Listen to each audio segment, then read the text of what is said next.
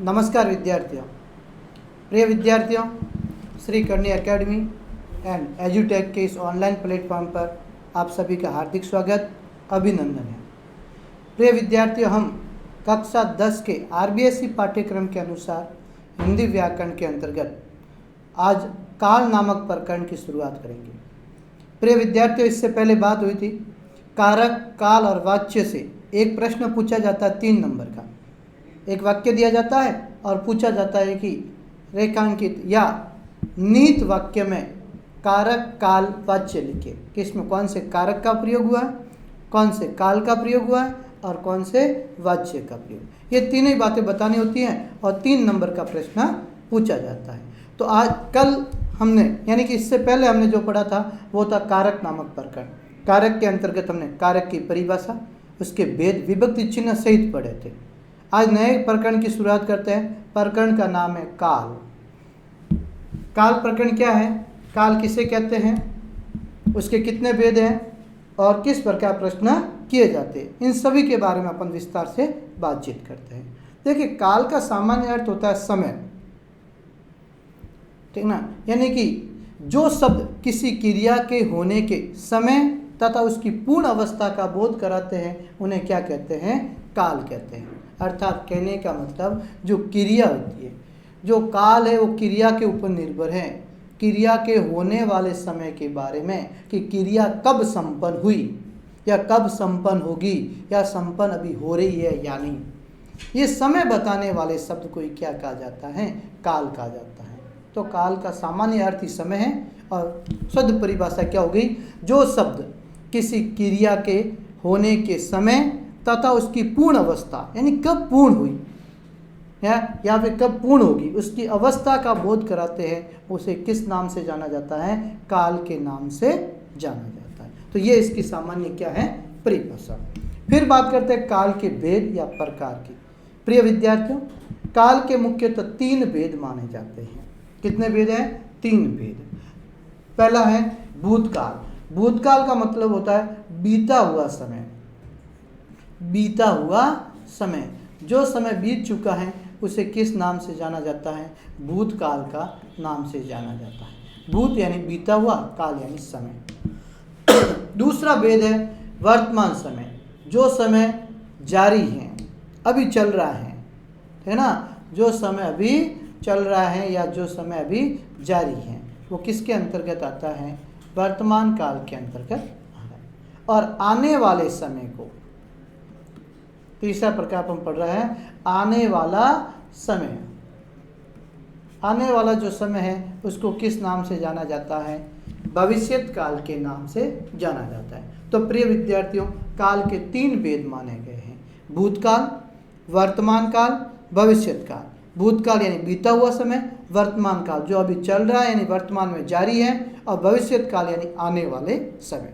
तीनों के बारे में विस्तार से पढ़ते हैं। पहले अपन लेते हैं भूतकाल। देखिए, भूत शब्द का सामान्य अर्थ होता है बीता हुआ। भूत शब्द का सामान्य अर्थ क्या हुआ, बीता हुआ। अर्थात परिभाषा क्या हुई, वाक्य में जिस रूप से उसके बीते हुए समय में क्रिया के समाप्त होने का बोध होता है उसे भूतकाल कहते हैं। अर्थात क्रिया कब संपन्न हुई, बीते हुए समय में, कार्य पूर्ण हो चुका है, बीते हुए समय में क्रिया समाप्त हो चुकी है, वहाँ पर हमेशा भूतकाल रहता है। तो भूत का सामान्य अर्थ बीता हुआ समय, और जिस क्रिया की जिस रूप से यह पता चले कि बीते हुए समय में क्रिया संपन्न हो चुकी है, ठीक ना। तो बीते हुए समय का जो काल हमें निर्धारित करना पड़ता है उस काल का क्या नाम होता है, भूतकाल होता है। जैसे श्याम ने पुस्तक पढ़ी, उदाहरण देखिए, मैंने लिखा श्याम ने पुस्तक पढ़ी। बताइए, श्याम के द्वारा पुस्तक पढ़ने का कार्य हो चुका या नहीं, हो चुका है, क्रिया संपन्न हो चुकी है बीते हुए समय में है। पिताजी कल जयपुर गए थे। उदाहरण देखिए, पिताजी कल जयपुर गए थे।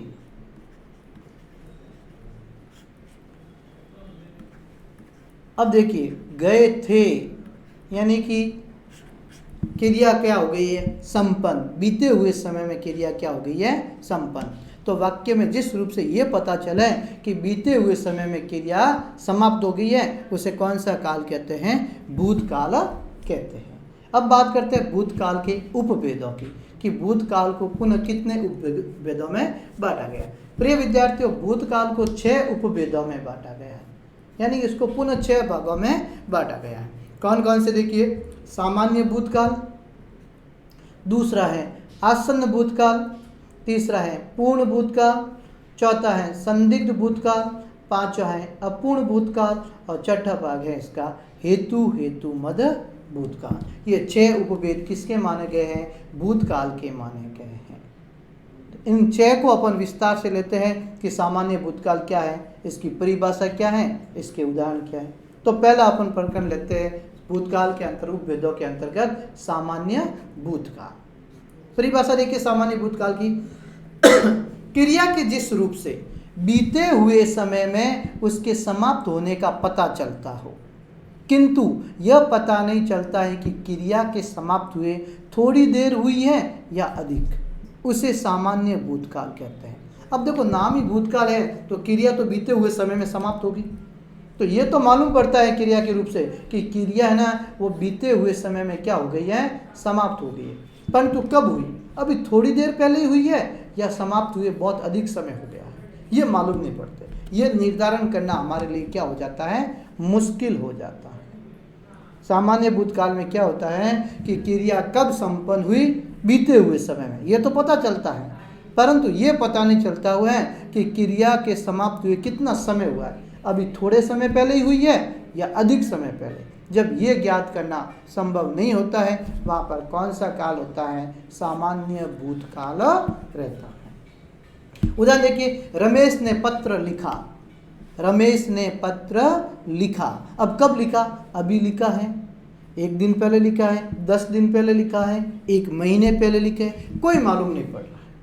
ये वाक्य किसके अंतर्गत आ जाएगा? सामान्य भूतकाल के अंतर्गत आएगा। अविदास ने गीत गाया। कब गाया? कोई समय के बारे में है, तो भूतकाल, क्रिया हो गई है, परंतु उस क्रिया को समाप्त हुए कितनी देर हुई है, थोड़ी देर या अधिक, इसके बारे में इसमें मालूम करना मुश्किल है, इसलिए इसका नाम क्या है? सामान्य भूतकाल। तीसरा उदाहरण देखिए, मैं उसे भूल चुका। अब कब भूल चुके, इसके बारे में नहीं दे रखा है। तो सामान्य भूतकाल में क्या होता है? क्रिया तो समाप्त होती है, परंतु कब होती है उसकी जानकारी हमारे पास नहीं होती है। ऐसे वाक्य किसके अंतर्गत गिने जाते हैं? सामान्य भूतकाल के अंतर्गत गिने जाते हैं। तो प्रिय विद्यार्थियों, इसके अंतर्गत क्रिया समाप्त होती है, परंतु समाप्त होने का समय नहीं दे रखा है तो भूतकाल ही, परंतु कितनी देर हुई है उसके बारे में बताया नहीं जाता है। तो ये पहला इसका उपभेद है, सामान्य भूतकाल। दूसरा भेद देखिए इसका, आसन्न भूतकाल। प्रिय विद्यार्थियों, पहले तो 2 शब्दों की जानकारी होनी चाहिए। एक शब्द होता है आसन, यह आसन है बैठने का स्थान, और दूसरा शब्द जो अपन पढ़ रहे हैं वो शब्द है आसन्न। इस आसन्न शब्द का निकट शब्द होता है, अर्थ होता है निकट या समीप, निकट या समीप। अब देखिए परिभाषा, आसन शब्द का अर्थ है निकट। क्रिया के जिस रूप से यह पता चलता है कि क्रिया के समाप्त हुए थोड़ी देर हुई है, क्रिया समाप्त हो गई है, परंतु कब हुई है? थोड़ी देर पहले ही क्रिया समाप्त हुई है।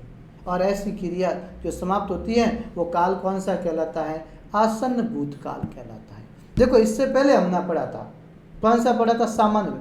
वहाँ भी क्रिया तो संपन्न हुई है, परंतु मालूम ही नहीं पड़ रहा है कि थोड़ी देर पहले हुई या अधिक देर पहले, परंतु यहाँ तो मालूम पड़ रहा है कि क्रिया समाप्त हुए अभी थोड़ी देर हुई है, ठीक ना? निकट यानी भी समय, थोड़े समय पहले ही क्रिया संपन्न हुई है। और इसका बोध कराने वाला काल कौन सा होता है? आसन्न भूतकाल होता है। देखिए, हमने उदाहरण लिखा था अभी यहाँ तक, रमेश ने पत्र लिखा है, शब्द को हटा दो आप अभी 1 मिनट के लिए। लिखा तक यदि आ जाए तो ये आपका सामान्य भूतकाल है। रमेश ने पत्र लिखा, बोलो कब लिखा? कोई मालूम नहीं पड़ता, परंतु जैसे लिखा रमेश ने पत्र लिखा है, रमेश ने पत्र लिखा है शब्द जुड़ते ही ये निकट भूतकाल के अंतर्गत, आसन भूतकाल के अंतर्गत आता है। यानी रमेश ने पत्र लिखा है, यानी थोड़ी देर पहले लिखा है। अविनाश ने गीत गाया है, अभी थोड़े समय पहले ये क्रिया संपन्न हुई है। मैं उसे भूल चुका हूँ, ये क्रिया अभी थोड़े समय पहले ही संपन्न हुई है। तो प्रिय विद्यार्थियों, यदि सामान्य भूतकाल के जो वाक्य होते हैं, कौन से सामान्य भूतकाल के जो वाक्य होते हैं, उनके साथ क्या जोड़ दिया जाए, हैं जोड़ दिया जाए। एक वचन के लिए है और बहुवचन के लिए हैं के ऊपर बिंदी आएगी, या फिर अपने खुद के लिए मैं के साथ किसका प्रयोग होता है, हूँ। यदि ये शब्द जोड़ दिए जाए तो सामान्य भूतकाल का वाक्य क्या बन जाता है, आसन्न भूतकाल बन जाता है। और यदि इनमें से मैं है और हूँ हटा दूं तो ये वाक्य किसके बन जाएंगे, सामान्य भूतकाल के बन जाएंगे। तो थोड़ी सी पहचान रखनी है अपन को, सामान्य भूतकाल के साथ हैं जोड़ने से एक वचन का, बहुवचन का, और यदि कर्ता मैं है तो साथ में हूँ जोड़ने से सामान्य भूतकाल के वाक्य किस में बदल जाते हैं, आसन्न भूतकाल में बदल जाते हैं। और अंतर क्या बताया कि सामान्य भूतकाल में मालूम नहीं पड़ता है कि क्रिया कब संपन्न हुई, थोड़ी देर पहले या अधिक देर पहले, परंतु आसन्न भूतकाल में मालूम पड़ता है कि क्रिया अभी थोड़े समय पहले ही संपन्न हुई। तो सामान्य थोड़ा सा अंतर है एक एक शब्द का। इन शब्दों के बारे में हमें जानकारी होनी चाहिए। तो ये दूसरा उपभेद है उसका, आसन्न भूतकाल। तीसरा उपभेद है भूतकाल का पूर्ण भूतकाल। पूर्ण यानी कि क्रिया पूर्ण हो चुकी है और समाप्त हुए बहुत देर हो चुकी है। परिभाषा क्या होगी, क्रिया के जिस रूप से यह पता चलता है कि क्रिया के समाप्त हुए बहुत देर हो चुकी है, उसे पूर्ण भूतकाल कहते हैं। अब बताइए, सामान्य भूतकाल में कब संपन्न हुई कोई मालूम नहीं पड़ रहा था, आसन्न भूतकाल में मालूम पड़ा कि थोड़ी देर पहले संपन्न हुई है, और पूर्ण भूतकाल में तुमने क्या पढ़ा, क्रिया को समाप्त हुए बहुत देर हो चुकी है, ठीक ना, बहुत देर हो चुकी है, इसलिए क्रिया एकदम पूर्ण हो चुकी है और इसका नाम दे रखा है पूर्ण भूतकाल। देखिए विद्यार्थियों, उदाहरण देखिए, रमेश ने पत्र लिखा था, अविनाश ने गीत गाया था, मैं उसे भूल चुका था, पत्र लिखे गए थे। बताइए, यदि यहाँ से मैं ये था जो दे रखा है ये हटा दूं तो वाक्य कौन सा बनेगा, रमेश ने पत्र लिखा। पत्र तो लिखा, परंतु कब लिखा कोई मालूम ही नहीं पड़ रहा, थोड़ी देर पहले या अधिक देर पहले। सामान्य भूतकाल बनने ना, और सामान्य भूतकाल के साथ यदि कोई भी वाक्य जो सामान्य भूतकाल का होता है, उस सामान्य भूतकाल के वाक्य के साथ क्या जोड़ दिया जाए, था, थी, थे, था, थी, थे जोड़ दिया जाए तो वह उदाहरण किसका बन जाएगा, पूर्ण भूतकाल का बन जाएगा। और यदि सामान्य भूतकाल के साथ हैं और हूँ जोड़ दिया जाए तो आसन्न भूतकाल का उदाहरण बन जाता है। तो पूर्ण भूतकाल, क्रिया तो समाप्त हो गई और क्रिया समाप्त हुए बहुत देर हो चुकी है, वह पूर्ण भूतकाल होता है। और इसके साथ ही सामान्य भूतकाल की जो उदाहरण होते हैं उसके साथ में कौन सी सहायक क्रिया जुड़ी होती है, था, थी, थे, वहाँ पर क्या रहता है, पूर्ण भूतकाल रहते हैं। था कहाँ पे आता है, पुल्लिंग एक वचन, थी स्त्रीलिंग एक वचन, और थे बहुवचन के वाक्यों के साथ आता है। तो रमेश ने पत्र लिखा सामान्य भूतकाल, रमेश ने पत्र लिखा है आसन्न भूतकाल, और रमेश ने पत्र लिखा था पूर्ण भूतकाल।